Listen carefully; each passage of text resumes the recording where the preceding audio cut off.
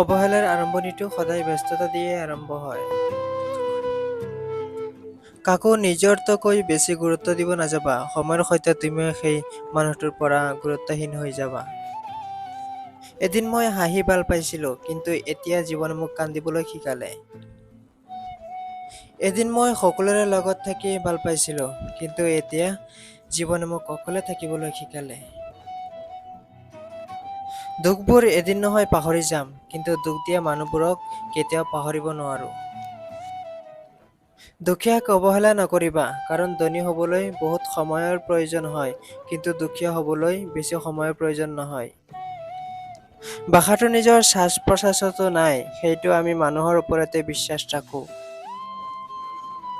গোটেই জীৱন এটা ভুলকে কৰি গ'লো, ধূলি আছিল মোৰ চেহেৰাত আৰু মই কেৱল আইনা চাফা কৰি গ'লো।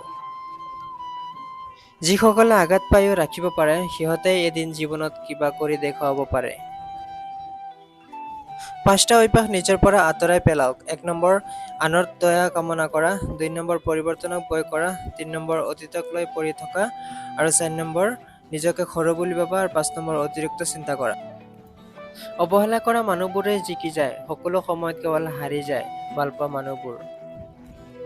জীৱনত কি পালো কি নাপালো সেইটো নাজানো, কিন্তু কাষৰ মানুহৰ পৰা একো আশা কৰা উচিত নহয়, সেইটো ভালকৈ বুজিছো। অভিমান বহুত বেয়া বস্তু, যিয়ে লাহে লাহে প্ৰিয় মানুহবোৰক দূৰলৈ খেদি দিয়ে।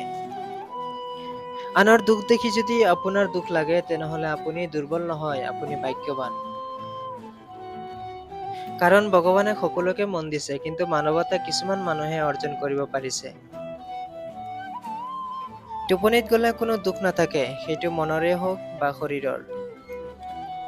জীৱনত শান্তি বিচাৰিলে এই ৫টা কথা কেতিয়াও কাকো নকবা। ১ নম্বৰ, স্বামী তথা স্ত্ৰীৰ গোপন কথা। ২ নম্বৰ, আপোনাৰ বেয়া কামৰ কথা। ৩ নম্বৰ, উপাৰ্জনৰ কথা। আৰু ৪ নম্বৰ, পৰিকল্পনাৰ কথা। ৫ নম্বৰ, আপুনি যদি জ্ঞানী হয় তেনেহলে সেইটো কৈ ফুৰা।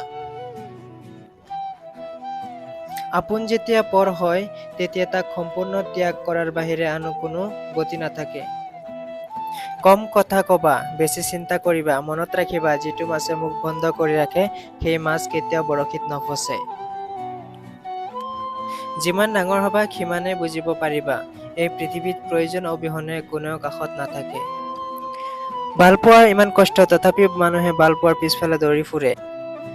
পৃথিৱী বহুত মায়াৰ, তথাপিও পৃথিৱী এৰি গুচি যাব লগা হয়। নিজৰ জীৱনৰ লগত আন কাৰোবাৰ তুলনা নকৰিবা, কাৰণ বেলি আৰু জোনৰ মাজত তুলনা নহয়, কাৰণ সিহঁত নিজৰ নিজৰ সময়ত উজ্জ্বল হয়। কাৰোবাৰ বিপদ দেখি কেতিয়াও আনন্দ প্ৰকাশ নকৰিব, কাৰণ অহাকালি আপুনি কি অৱস্থাত পৰিব সেইটো আপুনি নিজেও নাজানে। ভাঙি গলে কোনো বস্তুৱেই আৰু আগৰ নিচিনা নাথাকে, বিশ্বাস আৰু নিশ্বাস হেৰালেও আৰু ঘূৰাই পোৱা নাযায়। জীৱনত সকলোতকৈ ডাঙৰ নিচা হ'ল কাৰোবাৰ মায়াত আবদ্ধ হোৱা। যিবোৰ মানুহ কঠিন মুহূৰ্ততো কাষত আহি থিয় হয়, সিহঁত যেন জীৱনৰ পৰা কেতিয়াও হেৰাই নাযায়।